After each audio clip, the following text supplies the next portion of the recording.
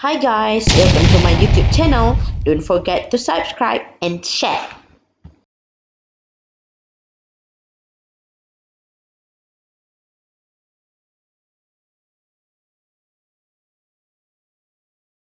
Hi, Assalamualaikum warahmatullahi wabarakatuh. Still in chapter 10. Yay, last chapter. Subtopic 10.2 types of growth curve.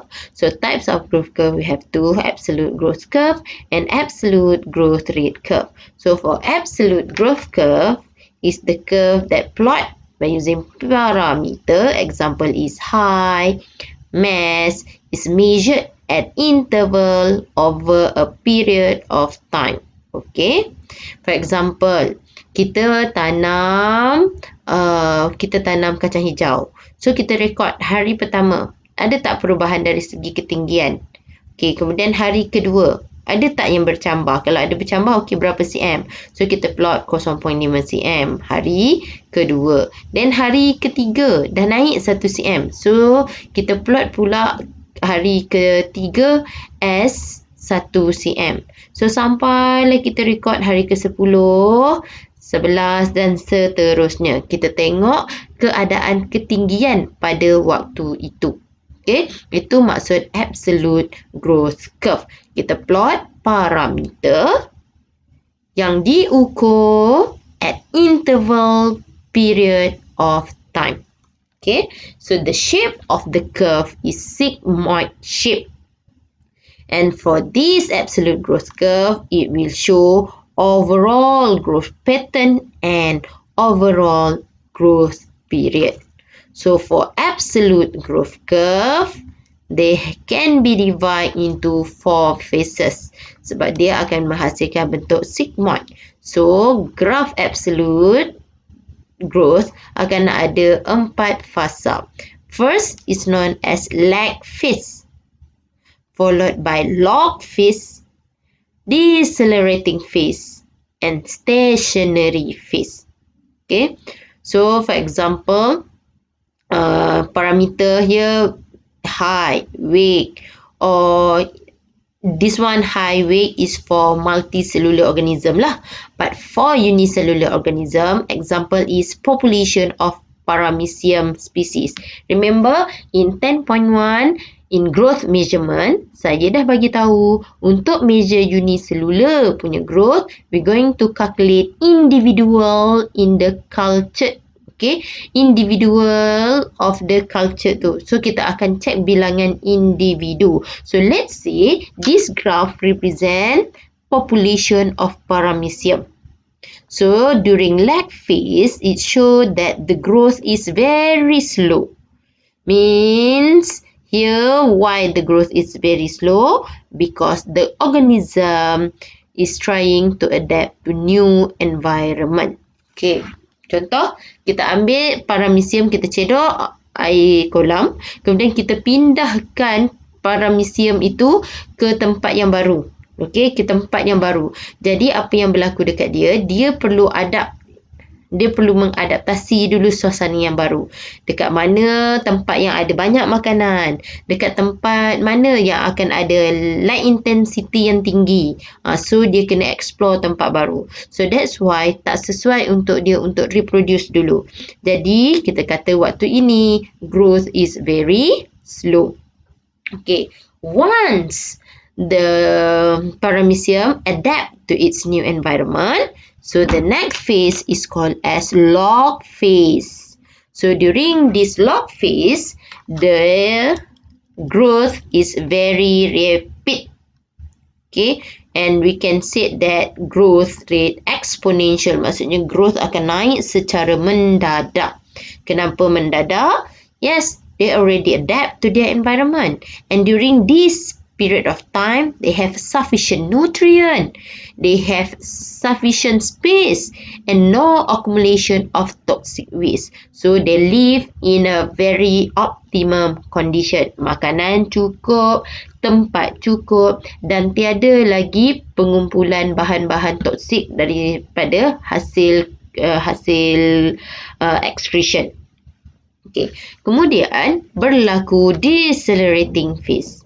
Decelerating phase means the growth slow down. Dia tidak setinggi waktu log phase. Berlaku lagi growth tetapi the growth is slow down. Decelerate.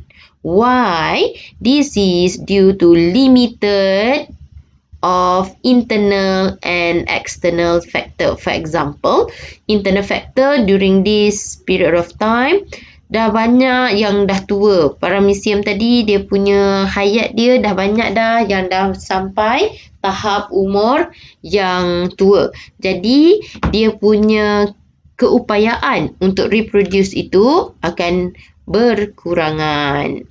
Selain daripada tu, during decelerating phase berlaku limitation in external factor. For example, the nutrient become insufficient. The space menjadi dah semakin kecil, dah semakin padat. And then accumulation of toxic waste dah berlaku. So this condition akan menyebabkan reproduction rate itu menjadi rendah. Jadi kita kata growth decelerate ataupun the growth will slow down. Okay. And then the fourth phase is known as stationary phase. Okay. This one, the growth rate is 0. So kita boleh nampak dia dah jadi plateau. Dia memang straight. Tak ada langsung kenaikan. This is due to the cell division equal to cell death. Mean, sel yang katakan bilangan paramecium yang mati bersamaan dengan bilangan paramecium yang baru di reproduce. So that's why growth of the population become 0. And then this stationary phase show that maximum size of population is achieved. So banyak ni sahajalah yang mampu ditanggung oleh kolam tu. Lebih dari ni dia akan turun balik. So ini dipanggil juga kalau istilahnya sebagai carrying capacity. The maximum number of individual the environment can support. Okay. So second is absolute growth rate curve. So the word rate here. This absolute growth rate curve is the curve that result by plotting change in parameter against time. Okay, graf yang terhasil hasil daripada kita plot perubahan pada parameter against time. Okay, contohnya adalah dalam hari pertama hingga hari ketiga, berapa kadar kenaikan yang berlaku? Pokok kacang hijau tadi. So, kita akan rekodkan katakanlah 1 cm. Okay, hari ketiga ke hari kelima, berapa pula kadar kenaikan yang berlaku? So, katakan pokok itu dah jadi 5 cm. So, 5 cm tolak 1 cm maksudnya perubahannya di situ adalah 4 cm. So, kita plotkan perubahan. So, apa yang berlaku? This will give the bell shape. So, jom kita tengok ni. Apa maksud dia?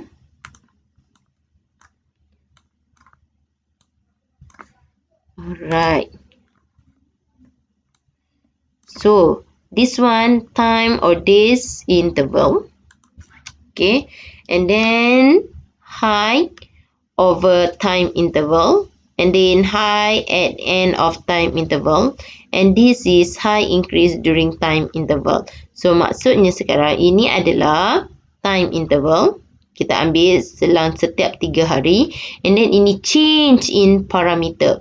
For example, day 0 to day 3. So, pokok itu kenaikannya adalah 40 mm katakan. Ataupun bilangan paramecium waktu tu adalah 40 bilangan. So, perbezaannya adalah 40. Kemudian, hari ketiga hingga hari keenam, kita ambil balik ada paramecium, ada 100 paramecium dalam tu. So, perubahan dari dari interval yang pertama ke interval yang kedua adalah sebanyak 60. Sebab 100 minus dengan 40. So, ini adalah perubahan. Kemudian interval ketiga iaitu hari ke-6 ke ke-9 ada 350 bilangan paramecium. Okay, so kita akan tolakkan dengan yang sebelumnya iaitu 100. So, perubahan yang direkodkan adalah 250. So, kita akan buat macam tu hinggalah kita tetapkan. Contohnya kita perlukan sampai hari ke-30. So, kita akan ada 10 interval. Dan akhirnya kita akan dapati tiada perubahan. Okay, tiada perubahan. So, ini menunjukkan maksudnya tak ada perubahan. So, kita akan rekodkan dia sebagai kosong. So, bila kita plotkan graf, apa yang kita plotkan adalah di sini adalah day iaitu dia punya interval. Kita rekodkan daripada hari kosong hingga ke hari 30 dan ini adalah change in parameter. For example, the change in height ataupun the number of paramecium. So, untuk hari kosong ke-3, so 40. So, kita plotkan 40.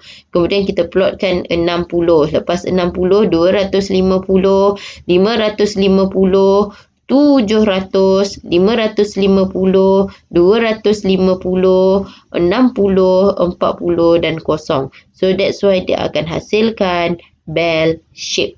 Sebab kita plotkan perubahan in parameter against interval of time. So, ini is the difference between absolute growth curve, absolute growth rate curve. Absolute growth curve, we plot the parameter against the period of time. So, contohnya, hari pertama berapa sentimeter? So, kita record. Hari kedua, berapa sentimeter kita record. Tapi, untuk absolute growth rate curve, if the change is the change in parameter against interval of time. Okay. So, itu saja for subtopic 10.2. See you in the next video. Bye.